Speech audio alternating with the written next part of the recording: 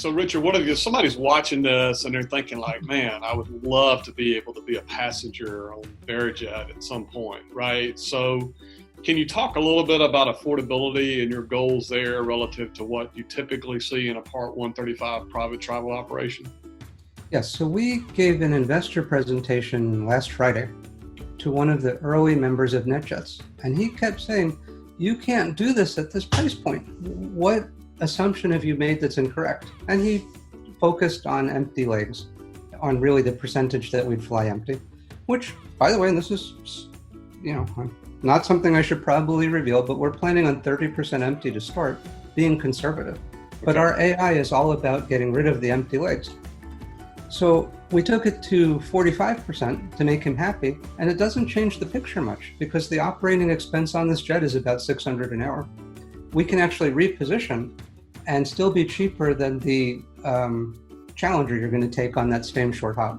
Okay. And still be more carbon efficient as well. So it's about a third of the price point that you'd normally be seeing. So instead of $5,000 an hour, we're down at $2,750 or something. Okay. That's crazy. So operating expense, you said $600 an hour. I mean, that's not much worse than a typical beach baron, to be honest with you, That's exactly right. Well, one engine and hyper efficient. Yeah, no doubt. High speed cruise at 65 or 70 gallons an hour. Low speed, it's 49. Okay, that's great. It's unheard of for a jet. Yeah, no, that's outstanding. Well, that's good. So let's talk a little bit about CoFlight. And I mean, you're focused on new technology with Verijet and really changing how people travel. CoFlight, where you're a partner with us, we're really focused there together on changing how people manage their aircraft, right? Just giving them the tools to manage their aircraft, which they don't have today. Talk a little bit about how you see CoFlight fitting in Verijet's 135 operation and how that might look different than some of the use patterns today. So let me address my personal pain point and then more of the industry. So personally, one of the things that keeps me up at night is the amount of paper we dispatch with a pilot and the risk that pilot's going to spill coffee on it, discard it at the time they get ramp checked. So if it's you or I and it's personal, all right, we got ramp checked, we get our logbook, we make it right, we do whatever's needed. If it's your 135 operation and you have investor dollars at risk and you're serving the general public, you don't want anything like that to damage your industry reputation or shut you down, which can happen. So I don't want to be relying on paper that got printed and handed to somebody. I want a digital dissemination of a number of things, passenger manifests, but primarily the maintenance status of the aircraft. So I know that CoFlight's already working with Vision Jets. We have APIs we've been able to consume from CoFlight for our routing purposes. CoFlight is beautifully architected. But it comes down to, from my personal pain point, the pilot gets ramp checked, hands the inspector CoFlight, and here's all the maintenance intervals. And they're all green checks and everything's good because Verijet's going to be scrupulous on our maintenance, on our training and everything else. CoFlight's a part of that. It makes sure that we do that. Yeah. For 135 operators in the wider world that don't have central dispatch. So we're a big operator. We're planning national capabilities. We have dispatch officers and things. But for smaller 5-airplane, mom and pop, basic 135s, the coordination of here's a squawk, here's the last maintenance status of the plane, CoFlight does that beautifully in a way that scribbling on a logbook does not. So I rent a plane, I take the plane out, my handwriting's terrible, I scribble that COM1 is scratchy and no one can even read it, and they dispatch again with a bad COM1. By the literal example from a few weeks ago, CoFlight prevents that. You can see the squawk, it's legible. So I think in the wider world, coordinating maintenance squawks, billing between people, operational issues, just making sure that the maintenance hours are recorded. CoFlight solves enormous numbers of problems. I was quite serious when you may be saving lives as well as dollars here. Yeah, thank you. I think, it really, we see it as a great communications tool and an aircraft management tool, right? And that's what you just described. So we're excited to work with Verijet and get all that rolling as well. So, Richard, I know, you've got a deep background in aviation. You're sort of seeing the future and preparing the future of travel. The world just changed, right? The COVID-19 deal has just been, a little bit of a surprise for everybody. Nobody expected a month ago that we'd be shut down during this time of year, and a roaring economy with pilot demand off the charts, right?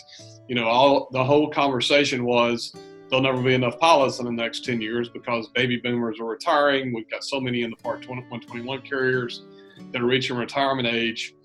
That may or may not come back. Right now, it looks like it's doubtful that it'll come back at the volume that it was. But you've got a pipeline of people there that have been preparing to be pilots and have a flying career.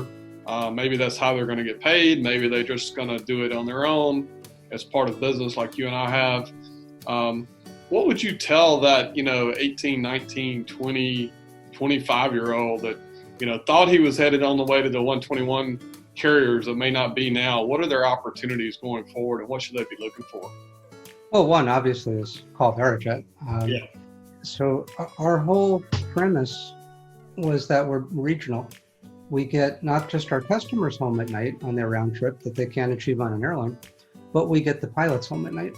So pilot training and a pilot pipeline was our competitive weapon. We have two fleet types. The second is the SR-22.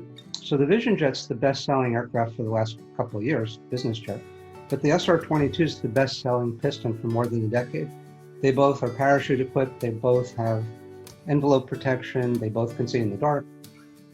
We had planned to train and build ours in a high-performance piston single, which is a good training platform for airlines.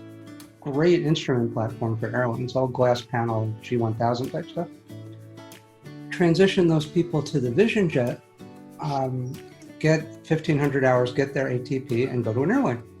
Frankly, I expected two major airlines to be writing large checks to the Verijet Series A to secure that pipeline. We convinced them that we would be the superior source of pilots. So if you're flying Verijet, flying our 22s and our Vision Jets, you will be superbly prepared to hop back to a carrier when it's time. What happened, of course, is that these major airlines canceled all current and future training. And instead of pilots being a gating factor for Verijet, where we were going to grow our own pilots, we've been reaching to the 99s. We have, by the way, we want 20% of our pilots to be female aviators.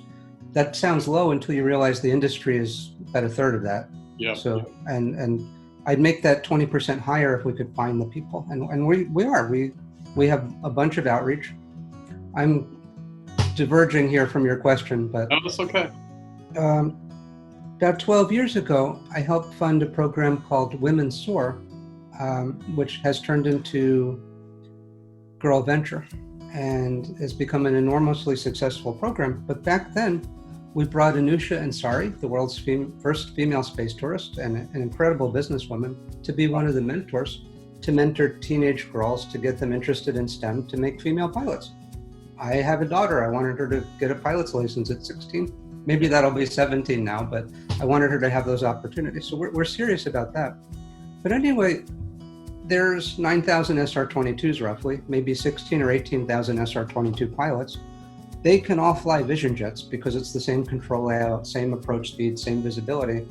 That was my source of pilots. And the low cost of training in an SR-22 at 16 gallons an hour, or in a Vision Jet at 49, was our secret weapon. Well, that's changed. So rather than 48 airplanes in 3 years, limited by pilots, I'd like to have 48 airplanes this year because we have the pilots. That's right. I do want to explain something else as well. The industry changed. It's not the convention you're going to in 3 weeks, booking your private jet 3 weeks out, and it's not your international flight. Now it's ASAP flights. Sadly, some of those would be medical, but they're unscheduled. The DNA of our company is dispatched by artificial intelligence, real-time, immediate ASAP. Coastal's whole reason for being was fixing aircraft on the ground recoveries, maintenance recoveries. It's also ASAP. So charter pilots going forward have to be more like firemen. You hear the bell ring, you grab your airplane, you go grab the transplant organ, and you are in the air in minutes. That kind of responsiveness. Don't expect to have, your out, 12 hours leisurely on call or whatever it is, your 8 hours. Yeah. Think more of an immediate response. And for the foreseeable future, that's what the industry is going to look like. That's good. Yeah. That's where it needs to go, right? Because I think the lifestyle probably of a pilot is something you're going to improve on from a Verijet perspective, right? So we want them home to their families. I orchestrated a debate between a retired airline captain and a young charter pilot. And she's flying out of Jupiter Citations, Stewart, something like that. And she gets home at night. And the airline captain's like, if you keep doing this, you'll never fly for a major. She's like, I don't want to be a divorced alcoholic at the end of my career. I want to be home to my family. So there's a millennial idea of quality of life that pilots have always had to sacrifice to be pilots. Well, I've got a plane that 777 captains say is more fun to fly and has a better avionics stack, and it does. I've got to fly in the other simulator. We are going to get people home at night, but now think about COVID. It's not just our passengers that aren't exposed to flu season. It's also our pilots. They don't have to stay in hotels. They're not taking commercial planes back. They're getting home at night. Other Verijet pilots are bringing them back in SR-22s, building their hours. It's a very virtuous circle of creating our own pilots. And that's what we were aiming for. Outstanding. It's going to be great. So if someone wants to fly for Verijet, is it too early to tell them how to reach out to you? If it is, we'll come back and do this again some other time.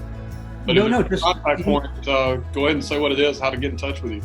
Email steve@verijet.com. Okay. And send your pilot background, and he'd be happy to hear from you. Super. All right, cool, Richard.